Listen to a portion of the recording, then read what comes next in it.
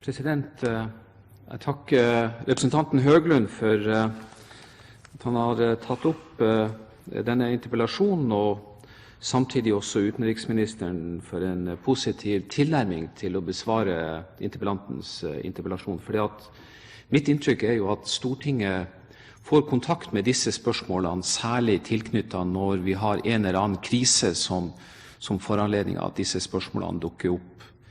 Dette var vel også litt av bakgrunnen for at utenriksministeren, da han startet sin karriere som utenriksminister, hadde som formål å reformere departementet.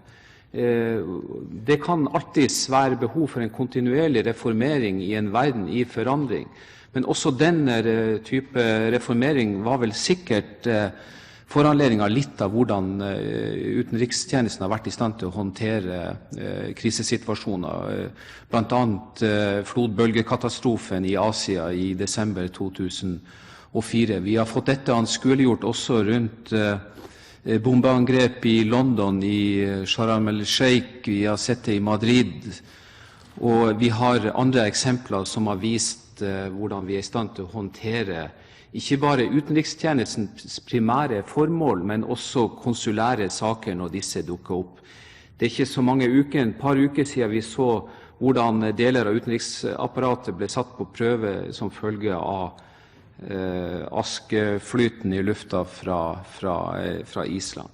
Derfor er det betimelig at disse spørsmålene dukker opp i Stortinget. Og som utenriksminister var inne på, så har vi jo et betydelig apparat ute. 110 fagstasjoner og 650 utsendte pluss mer enn 1000 lokale ansatte viser at vi har en betydelig styrke. Naturlig nok er det behov for endringer, fordi at verden endrer seg kontinuerlig. Norge har en ekstremt utadrettet økonomi, svært eksportorientert. Vi er et mer reisende folk enn noen gang før, og kanskje enda mer enn de fleste andre land i verden.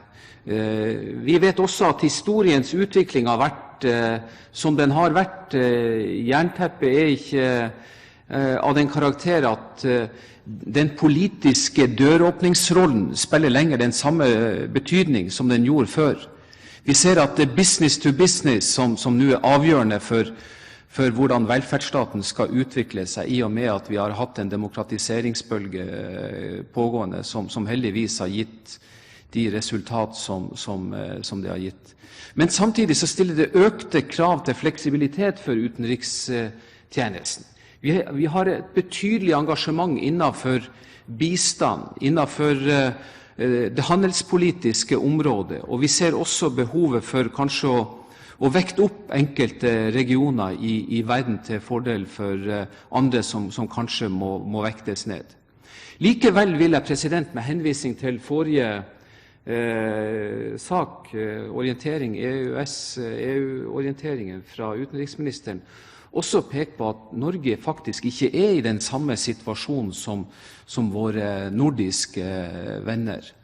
Vi er utenforlandet som i en situasjon hvor vi ser at EU forener sine krefter også på dette området, samtidig som vi ser at Sverige signaliserer at man ønsker å trappe ned under henvisning til at EU ivaretar de konsulære svenske interessene. Så er Norge i en annen situasjon, hvor kanskje enda større utfordringer blir pålagt våre hender. Jeg registrerte at utenriksministeren i en innskutt bisetning ikke antydet, men stilte spørsmål om det er behov for at Norge skal være til stede i samtlige EU-land.